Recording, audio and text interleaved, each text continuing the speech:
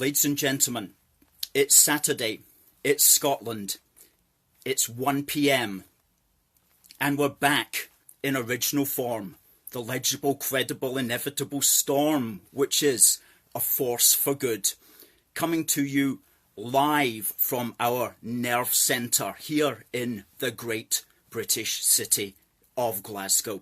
With me, your host, Alistair McConaughey, broadcasting live on Facebook and broadcasting live on Twitter. And you know, this is the place where we've got it all figured out, and there ain't no worries that we're worried about. But obviously we've got concerns, and some of these concerns we will speak to you today about. And we usually start the programme with an update of the COVID carry-on. We're not going to really talk about that very much today because the COVID carry-on is just carrying on.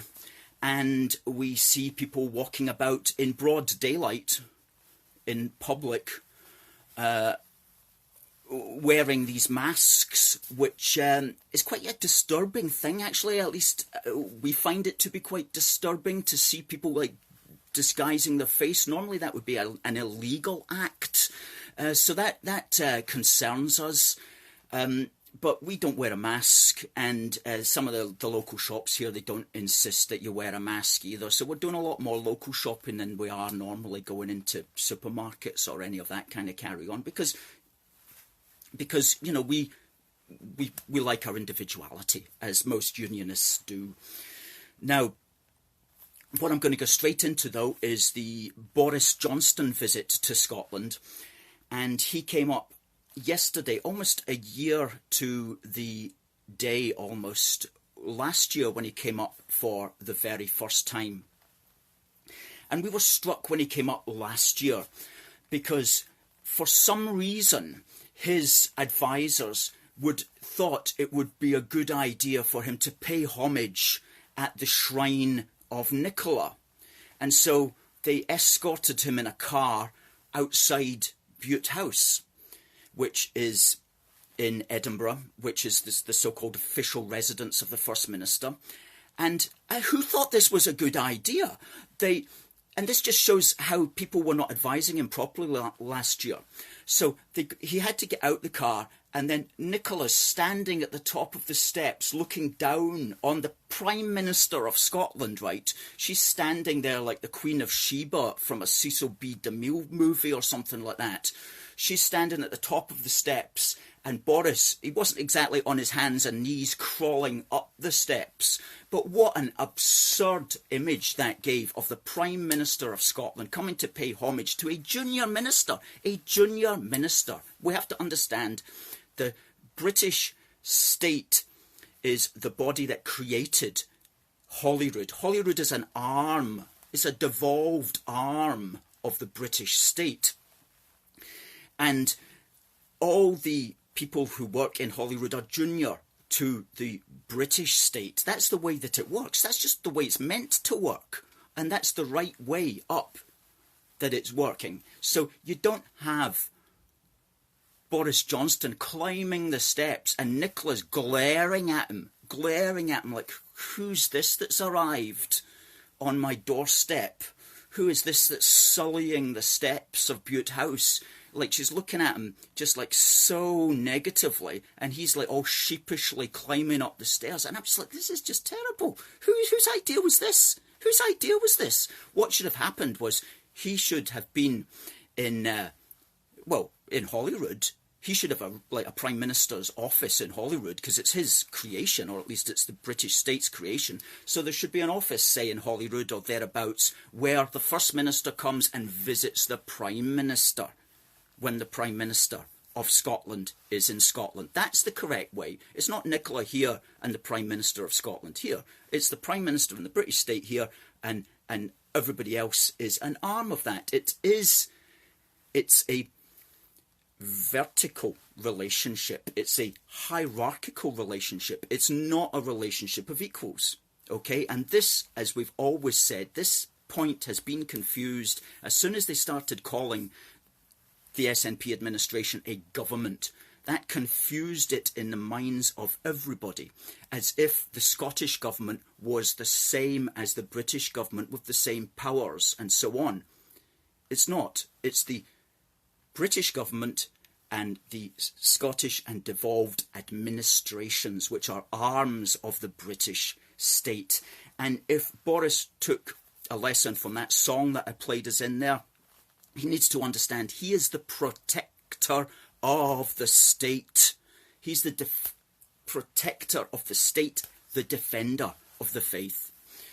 So that's the correct way up, and he should not be embarrassed or anything like that when he comes to Scotland. And when he came to Scotland last year, we actually wrote him an open letter, which is worth revisiting at the moment. It's worth revisiting, and we sent it out when he arrived last week. We sent it out again to great acclaim, got massive traction, and we pointed out just several things to him. Greg, good afternoon to you.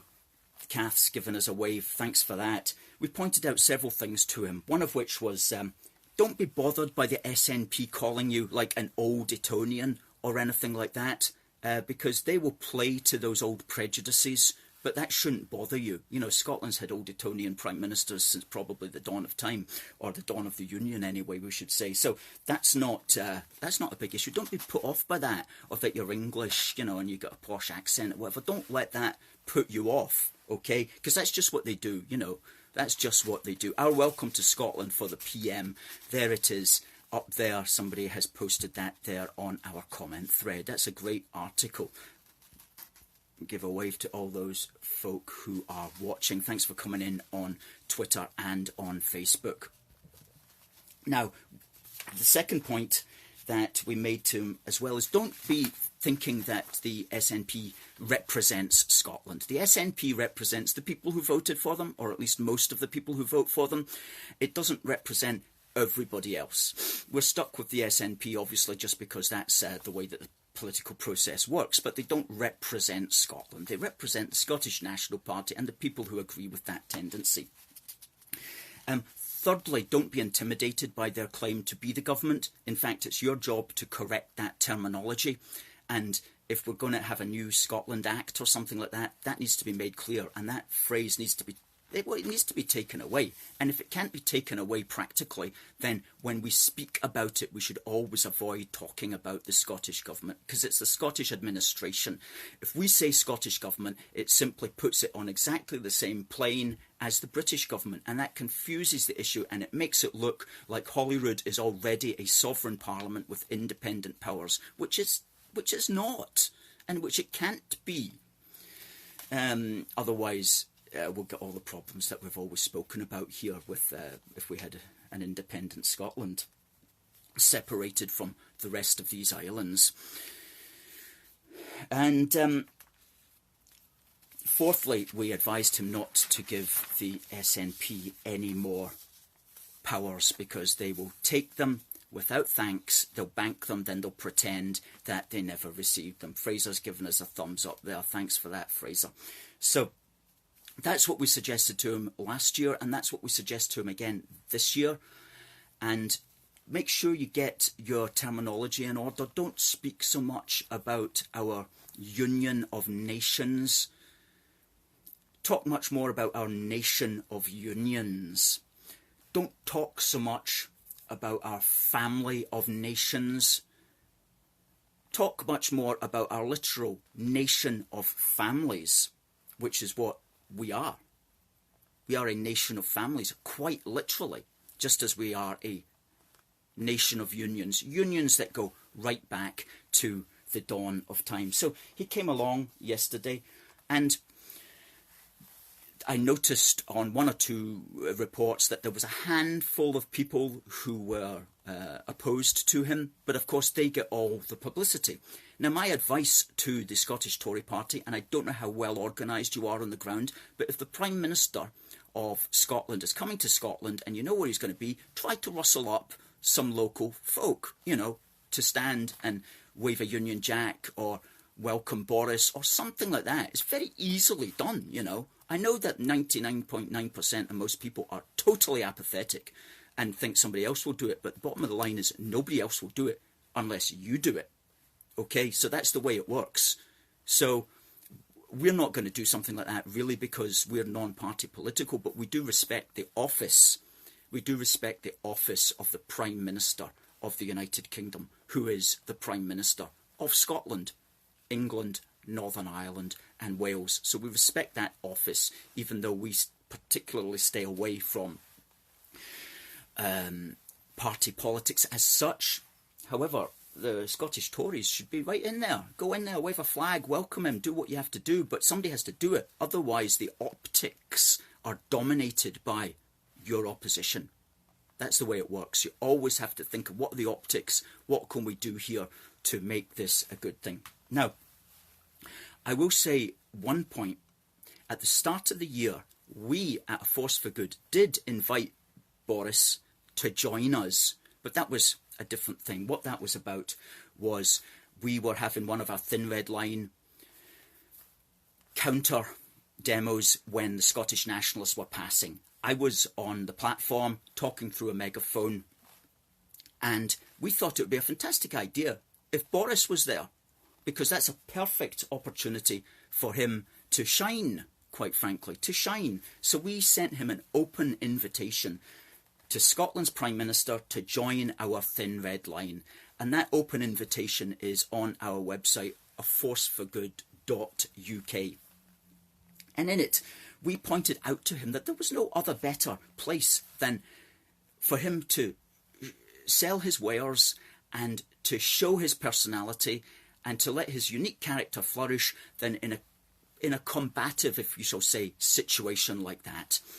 And we said you'd be in a dynamic, non-party environment, being seen to take your opposition head on, lancing the boil, as it were. You will be showing that you are proud to be Scotland's Prime Minister and that you're happy to stand up for the Union and to speak for the majority who support it.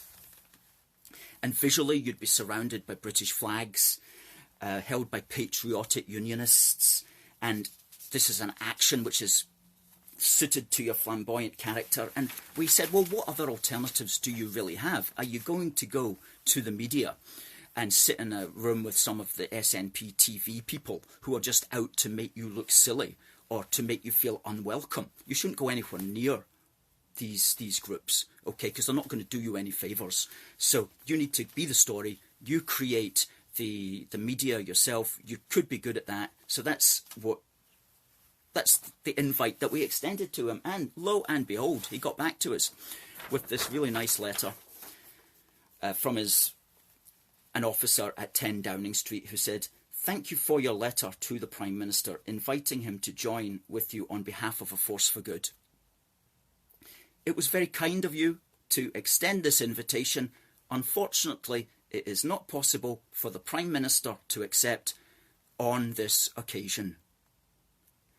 So that was a really nice letter that he got sent back on behalf of the Prime Minister to A Force for Good. Needless to say, the national newspaper picked up on that and they went ballistic about that. But good stuff, good stuff.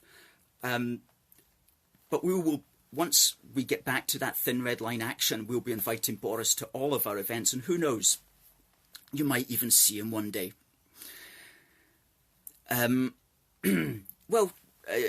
Yeah, others are saying maybe there's other Tories who could do something like that. Well, if they wanted to join us, we would definitely take an open mind. If anybody from any other party wanted to join the Thin Red Line speaking, you know, if they were a well-known character, we would think about it. We would think about it, and we would see what the options were for us. So we would leave that open, definitely.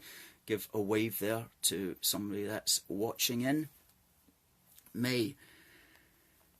May's commenting on what we just said there.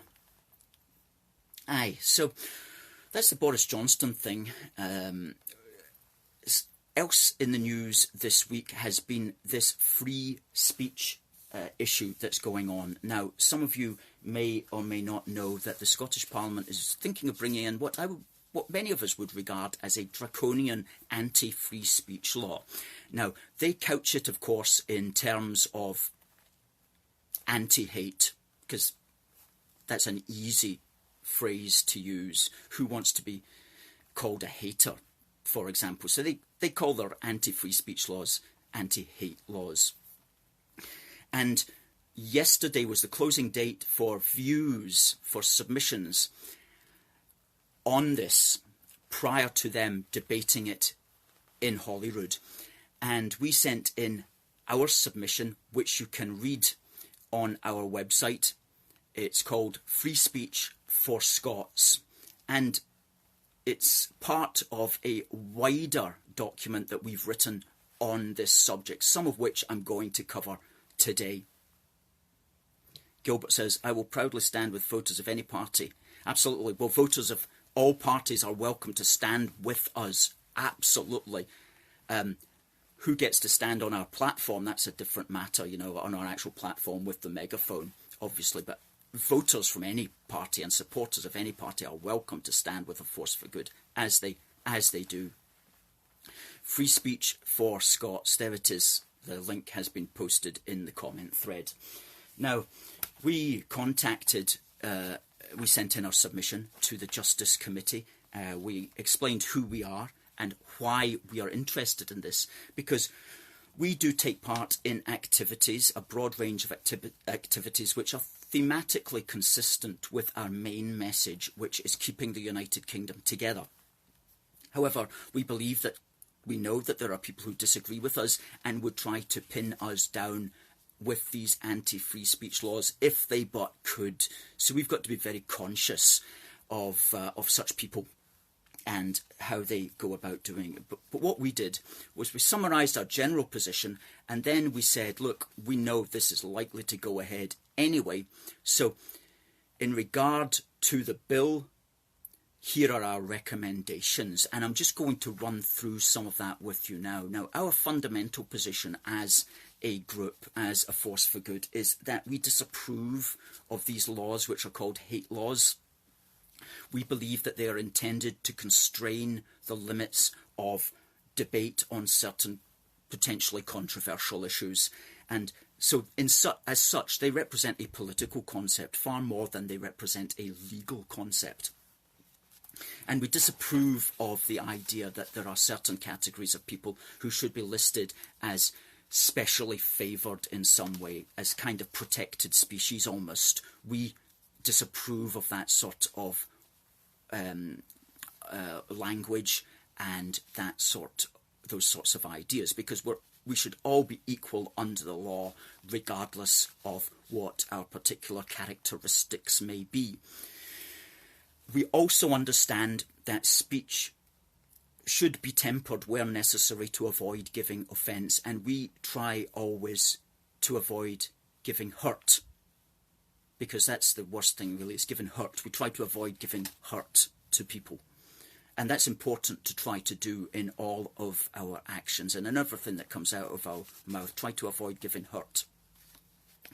However, we do believe that the proposed legislation does threaten freedom of expression and will tend to individuals and organisations from feeling free to express or share or support certain views on certain matters.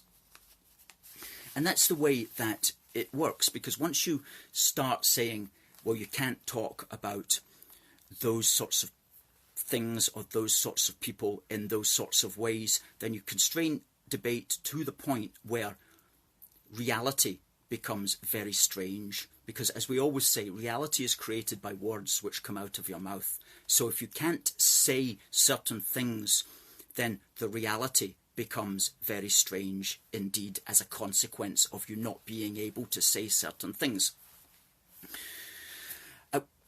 We saw an example this week. The Metropolitan Police was saying something about how they thought that they should stop referring to Islamist suicide bombers, and they had other fangled phrases that they were coming up with. And, you know,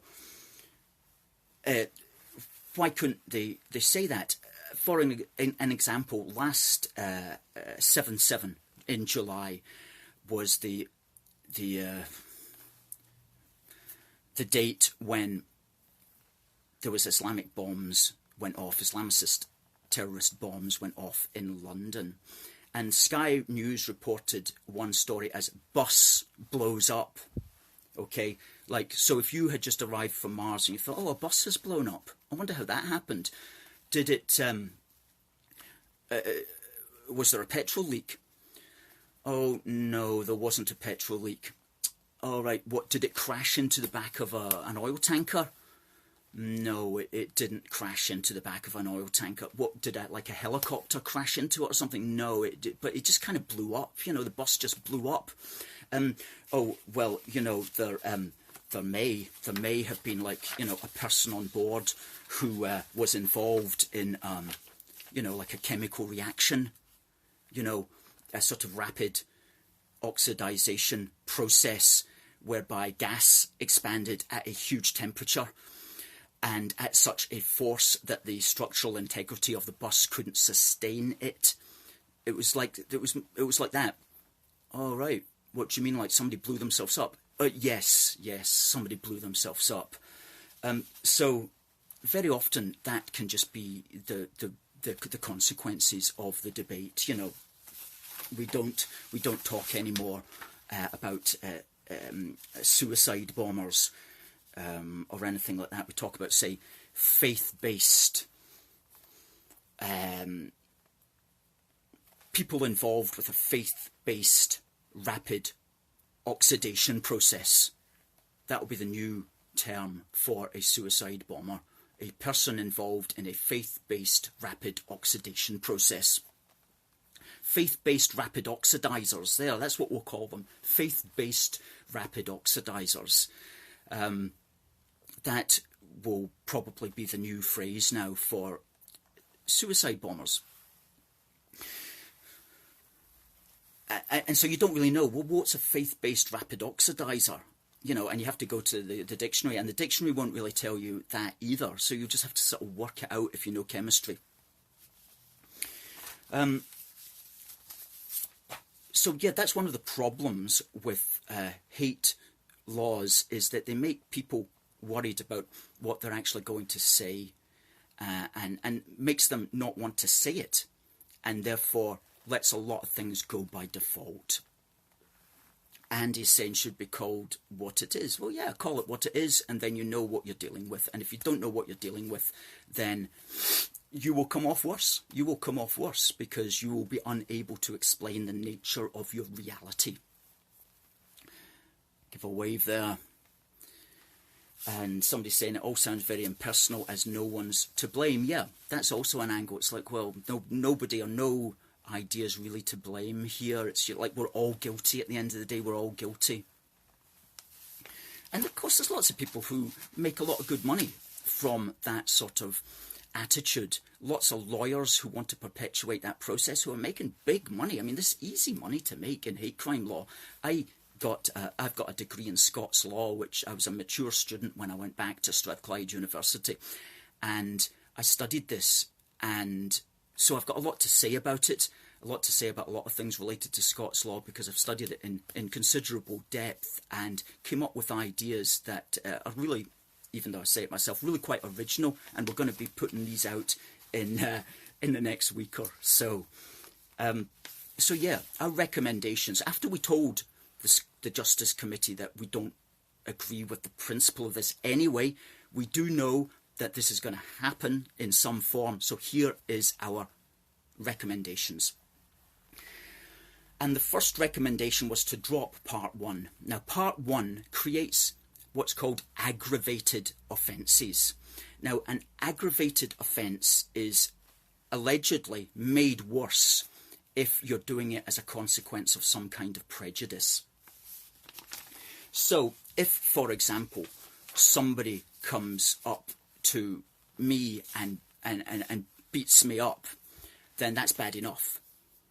But if they come up and they say, I'm doing this to you because I've just heard Humza Yousaf say that all the top jobs in Scotland are occupied by white people, and I don't like that fact, then that would be racially aggravated. And the person would potentially get a worse sentence. Now, when you think about it, that's really odd, because why should why should that prejudice make a crime worse? When all else is equal, why does it matter why you hated the person? Okay, maybe you just hate the person because you don't like the way that he looks. Or, so why is that made worse because you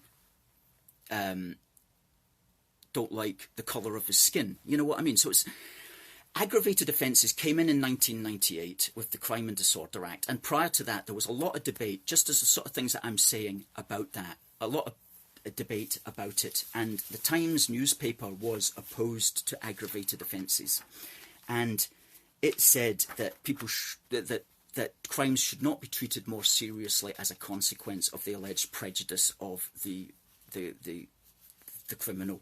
They said that set up a statutory hierarchy of wickedness, where crimes against some people are worse than crimes against other people. And that is surely still the moral case for it. So we don't like that. We don't think that we don't believe that aggravated offences can be justified morally where all else is equal. And we would see that as a political concept, as rather than a legal concept. As we said in our submission, it is because some politicians want certain categories of people to be specially protected for political and ideological reasons. And that's really the bottom line with aggravated offences. So we recommended that Part 1 of the bill, which set up the intention to, quote, treat crimes motivated by prejudice more seriously, we think that should just be abolished, because we do believe that's morally wrong. It can't be justified morally. It can only be justified politically. And it's not just us saying that. That's what many people were saying prior to aggravated crimes going on the statute book, which was back in 1998. So that was our first recommendation.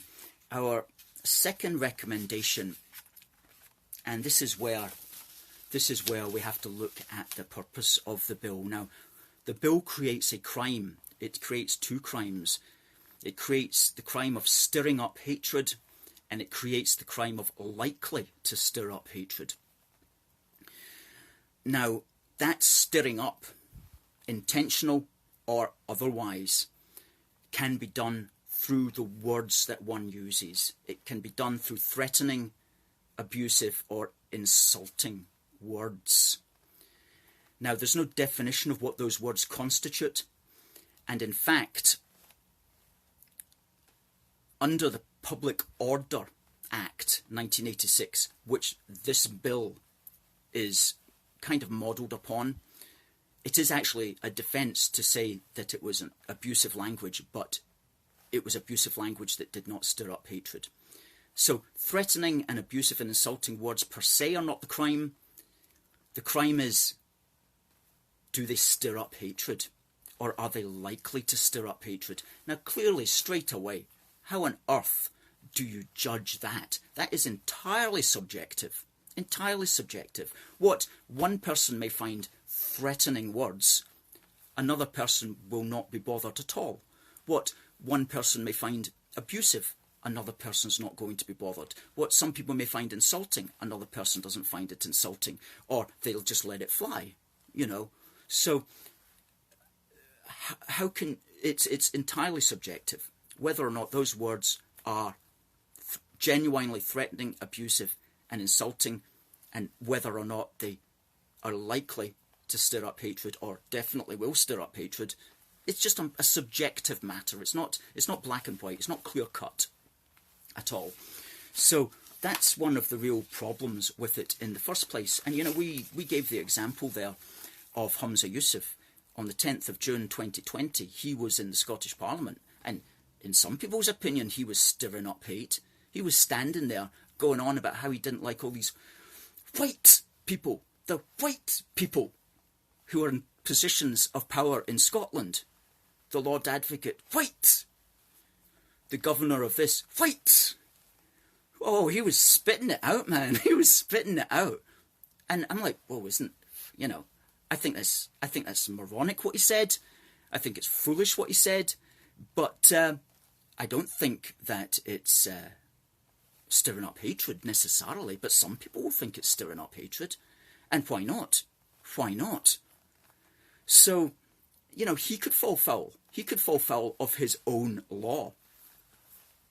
And we also pointed out that we don't think, and this is serious, we don't think he actually understands that the crime is stirring up hatred or likely to stir up hatred. We think he just thinks it's the words.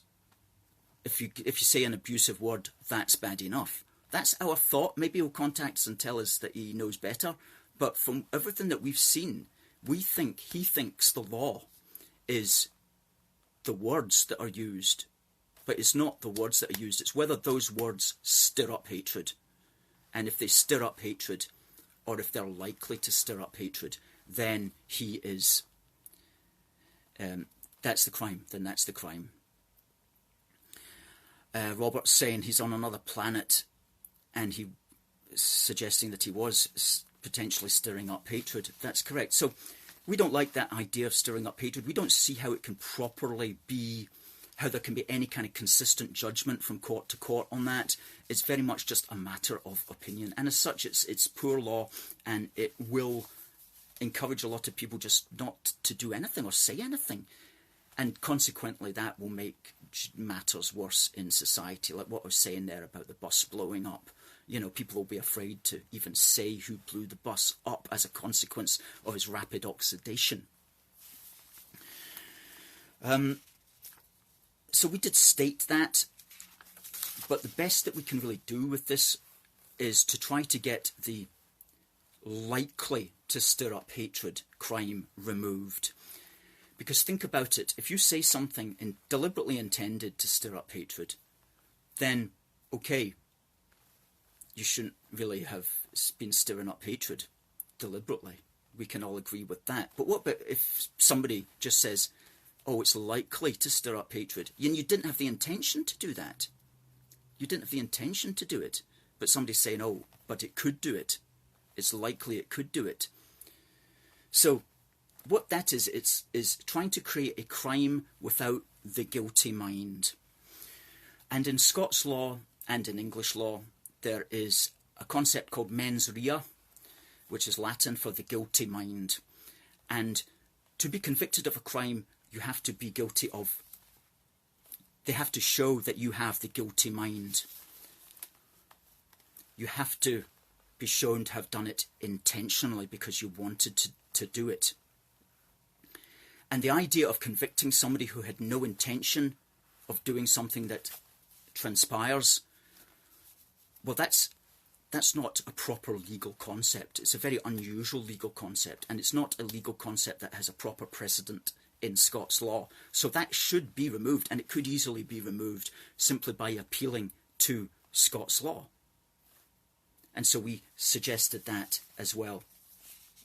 And our third recommendation is there's a clause there, Part 2, Section 9, which attempts to convict everybody in a company or in an organisation if one person has done the crime. So what this is a deliberate attempt by Holyrood to do is to shut down organisations in their entirety, to convict everybody, company directors and so on the basis of one of them having committed the crime.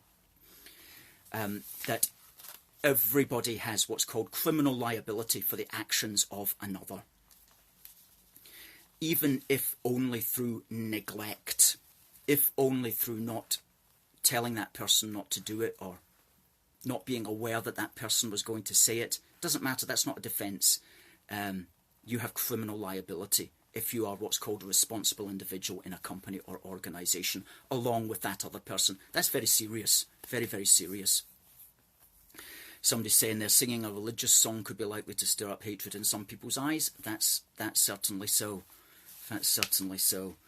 So we have to remove the responsibility, remove liability from what's called responsible individuals. That's a ridiculous clause that's in there, deliberately, a deliberate political clause. And the fourth recommendation, and I do suggest that you read this, it's at aforceforgood.uk. Look for Free Speech for Scots. It's our last article, it's up there. We've made a proper clause which fully protects, as best as we can in these circumstances, freedom of expression.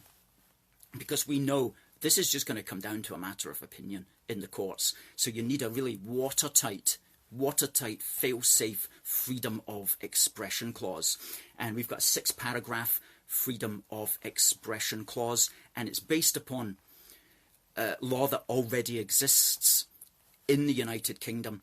And we've also taken some ideas from US and Canadian law on free speech as well, in order to put together a really fail-safe, what we believe is a pretty fail-safe freedom of expression clause, because the freedom of expression clauses that are in there at the moment are not strong enough, at all.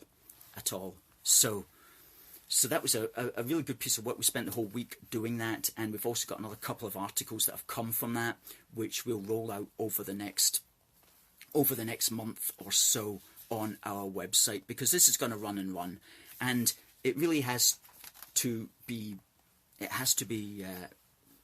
The SNP needs to be brought down over this, because it's a lot of it is unacceptable, and there's also the Tories and Labour who are going along with a lot of this, which is a real pity.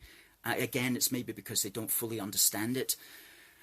Goodness me, a lot of this law is arcane. It's deliberately made to be difficult to understand, to confuse people. So what we're going to try to do as much as we can is to make it simple for you, so you understand how this affects you and how it affects your life. And it does affect our lives, and it affects everything that we say around us. And we can't allow this bill to stand as it stands at the moment. Chris is saying, share this, folks. Absolutely share this, because there's very few places you're going to find where people can lay this stuff out in a very clear way, in the way that we can do. We've just had a lot of practice at doing that. We've been working in this field for over 20 years, and we understand it's about taking complex ideas and making them easy to understand, so people can remember, so people can understand, remember, and repeat them. And that's what we're particularly good at here at A Force for Good. And we've got a lot of content at aforceforgood.uk, and a lot of content also still on our old legacy site, aforceforgood.org.uk. And if you're going to check in on aforceforgood.uk, please have a look at our fantastic little AFFG flag badge, which is a copy of this badge here. That's selling very well, as is our Union Heart badge, which people are buying several of these at once, one for every member of the family. And it's a Union Heart with A Force for Good written through the middle. And every time we see that, it reminds us of the Scottish King James VI, who created that flag in the first place back at the start of the 17th century. So the free speech thing is going to run and run. Humza's on Twitter every day going, why do people want to hate? Isn't it wrong that people hate? How can people hate? Why should they be nasty? It's nothing to do with hate, mate. It's about free speech. You're trying to stop people from saying their thing, and you're trying to make it look like things that you disagree with, you're going to brand as hate.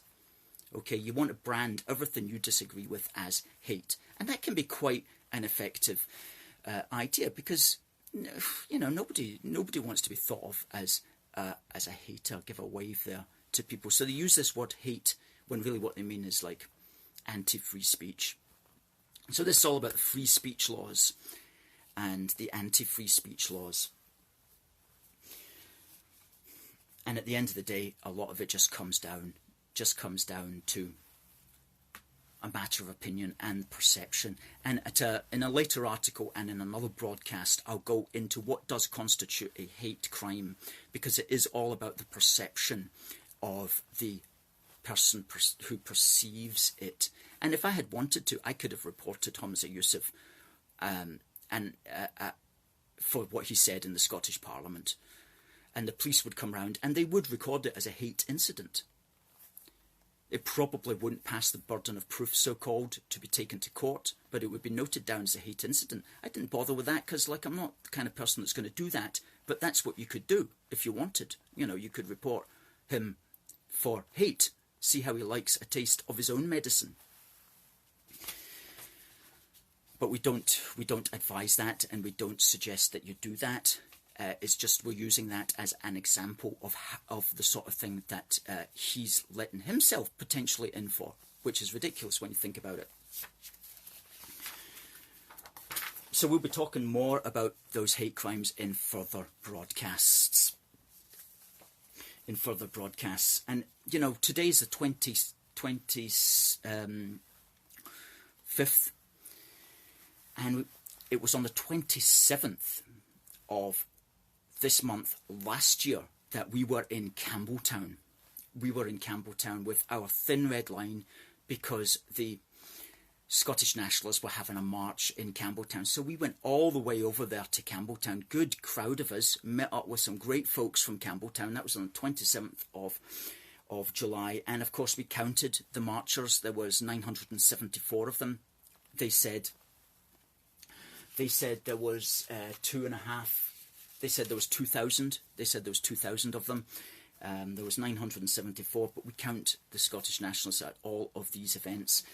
And we went all the way over to the Mull of Kintyre. Far did we travel, and much did we see. Scot Nats bust in from as far as Dundee. Face-painted marchers with costumes so dire as they wobbled the streets of the Mull of Kintyre. And we sang that song to them as they wobbled past us.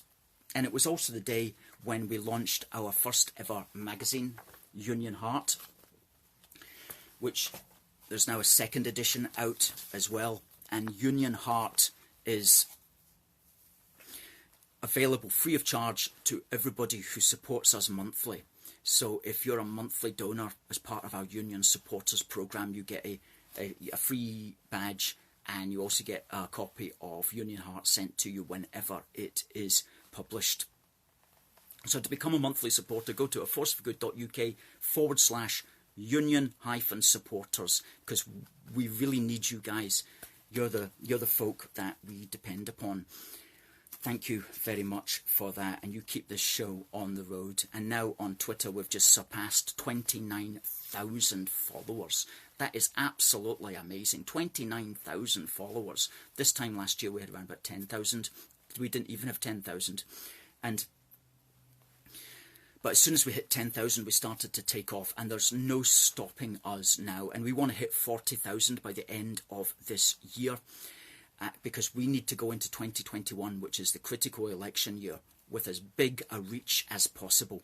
So please do, if you're not already following us on Twitter, follow us on Facebook and on Instagram. And thank you to our Facebook crew, our Twitter crew, and our Instagram crew, who are making these the foremost social media platforms for the pro-British unionist message here in Scotland. Thank you. Thank you to everybody behind the scenes who ensures that this goes ahead, and thank you for everybody who supports us.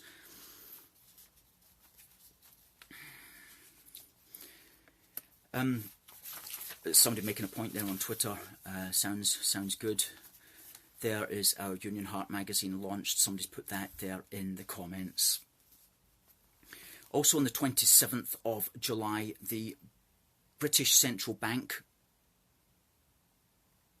was established by several businessmen, one of whom was the Scotsman William Patterson of Darien fame.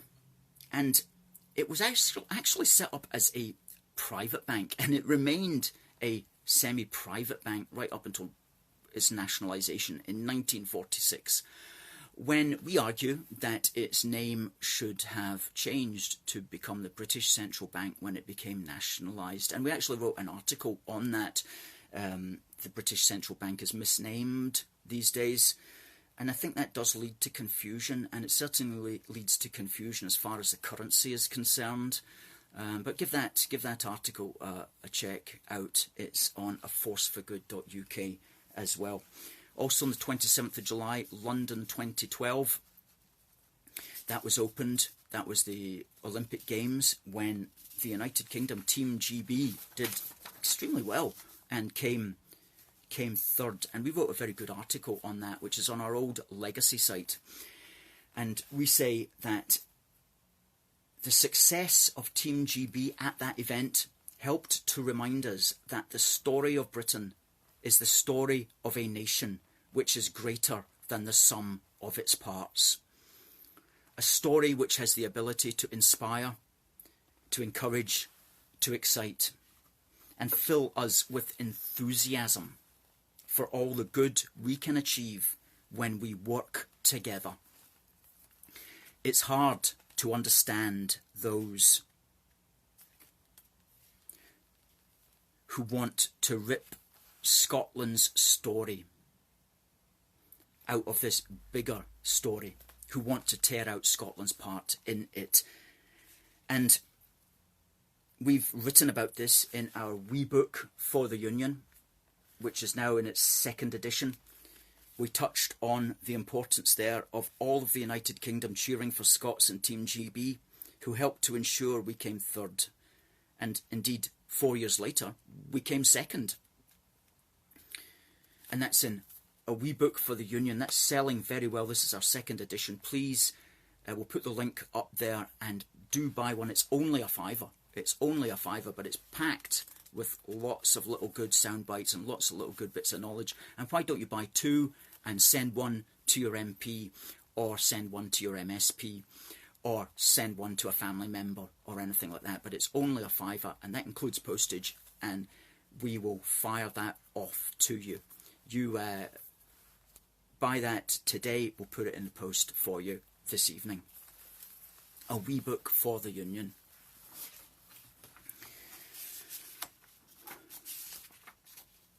On the 30th of July, I don't know if anybody can remember what happened on the 30th of July. I'll just leave that one hanging for a minute or two.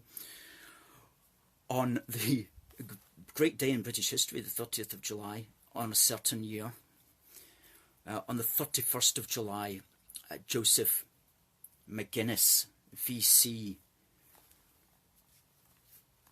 performed the act of bravery for which he was awarded the decoration. And Joseph Mcginnis is a famous person in British history because he's the only native of Northern Ireland to have received the VC during World War II. And he was born to a Roman Catholic family on the Falls Road. And he was a submarine diver. And his mini-sub was laying limpet mines at the bottom of a ship. And he was he laid the mines, but he was totally exhausted. He got back into the craft, and the craft got caught under the ship because of various accoutrements regarding the limpet mines.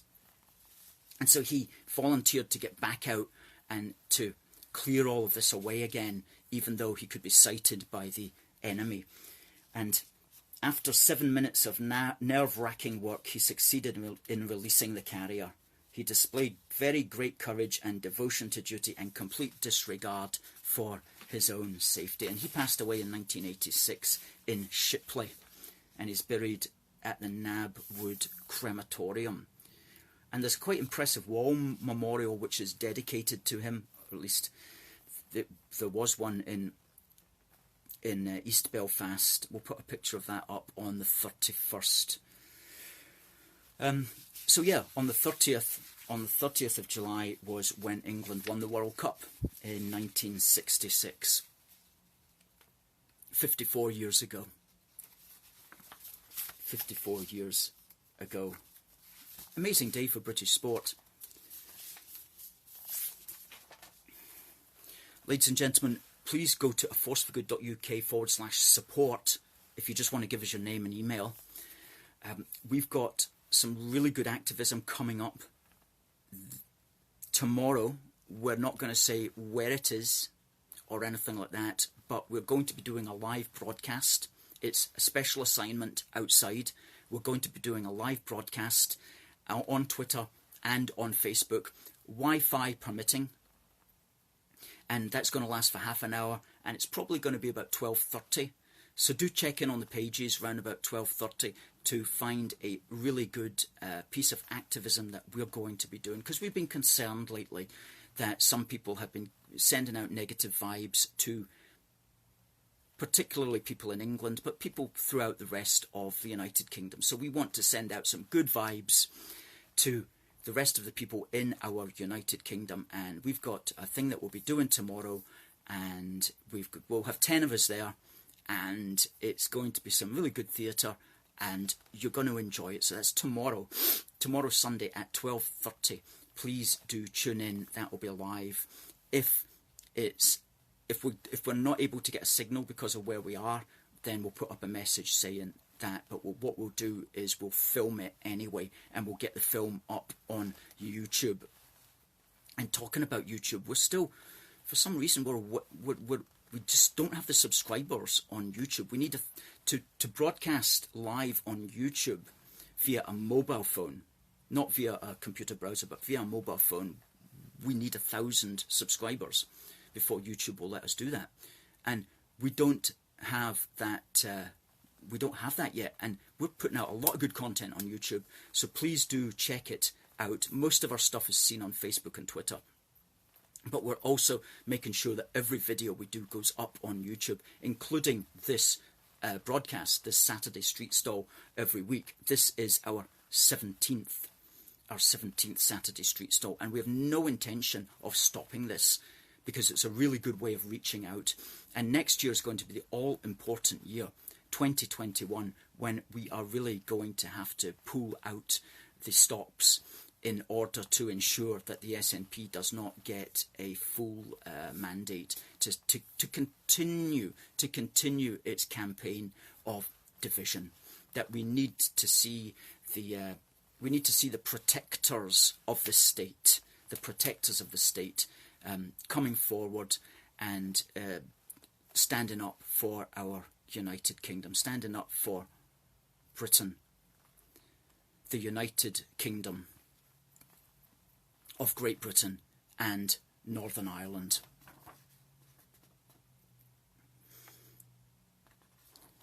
And we're going to be doing that, but we need to be in a position where we can do that. So we need as big a following on Twitter and on Facebook and on Instagram and on YouTube as we possibly can. So all hands on deck this year in order to get us as big a profile as we possibly can, our organisation as big a profile as we possibly can. And you can help by going to aforceforgood.uk/donate to. Just drop us a message in there, drop us some cash as well, or buy the wee book for the union, which will also help you to argue the case for the union. And as we say in here, this is about a story. It's about a story of a people coming together through time, since the dawn of time. A story of a people coming together through time since the dawn of time, to the point where we are today, a nation of unions, and quite literally a nation of families. And we talk about that concept in here. And the Nats don't like us talking about that. Whenever we raise those points on social media, they go ballistic. They don't like that at all, because they know it's a powerful point that we're making. Very powerful point. We make a lot of powerful points, ladies and gentlemen, and we do it because of all of you. And so I just want to say thank you very much, everybody, for watching. This has been our 17th Saturday street stall. Check us out tomorrow around about 12:30. We are going to be doing a stunt outside in a certain part of our United Kingdom. There'll be 10 of us, and we're going to be sending out positive vibes to all our family members throughout the length and breadth of our fantastic United Kingdom. And we're going to be welcoming them and saying that Scotland is a welcoming place, because there's still a lot of us unionists here in Scotland to welcome you. Ladies and gentlemen, it just remains for me to say, God bless the United Kingdom, and God save the Queen.